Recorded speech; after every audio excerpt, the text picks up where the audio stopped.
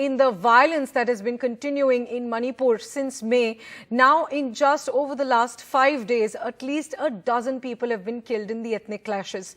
Meanwhile, the last 10 Kuki families have been shifted out from the state capital of Imphal and they've been taken to Kangpokpi.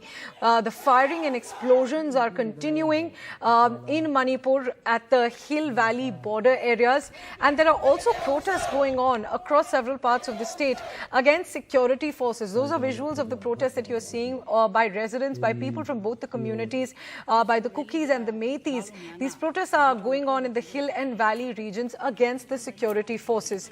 They're making several demands. Both the communities are making several demands as they are protesting in Manipur in several parts against the security forces. And meanwhile, the explosions, the firing unfortunately continues, and more than a dozen people have died just in the last 5 days. My colleague Ratnadeep Chaudhary joining us for more details on this. And Ratnadeep, we are seeing those visuals you've reported about of protests in several parts of the state. So tell us what their demands are, and also tell us about the rising cases of violence yet again. For a long period of time before this week, we had seen that there were not many deaths. But now we are seeing yet again an increase in firing, increase in violence, and more deaths being reported. That's right. In fact, for a fortnight, there was de-escalation. Incidents of violence had come down, incidents of firing had come down, and that's the state government has been desperately trying to bring in some sense of normalcy. People were moved to prefabricated houses. In fact, even as we speak, efforts are on from the state government particularly, and also center. But since August 29, there has been heavy exchange of fire, particularly in the border areas between Bishnupur and Churachandpur district. And this time, long-range weapons have been used. You have more explosive being used, and therefore, what we are picking up, although in the last 24 hours, this intensity of firing has come down. That's what security forces sources are telling us. But in this, what we are picking up from top security forces, officials on condition of anonymity, they are saying that close to a dozen people have died in the last 5 days. About 30 people are injured and admitted in both hospitals in both valleys and the hills. And in fact, you can see those visuals in the valley region now.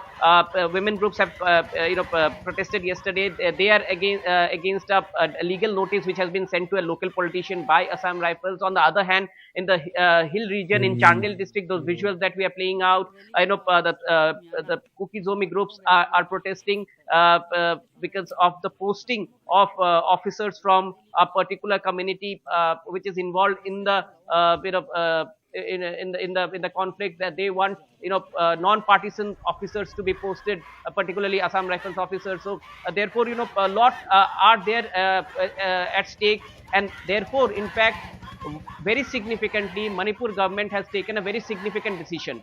It has created a new position in Manipur Police.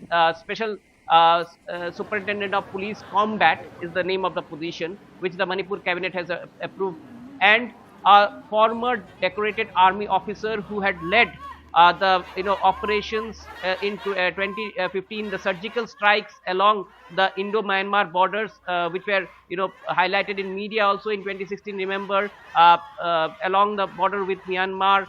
And in that, the person who was leading that operation for the elite special forces, who later retired prematurely from the army, Kirti Chakra winner, Saurya Chakra winner, Nectar Sanjebam, who is from Manipur, he has been now appointed as the special Superintendent of Police Combat to look after the Manipur police operation. So this is a very significant development that has taken place in Manipur.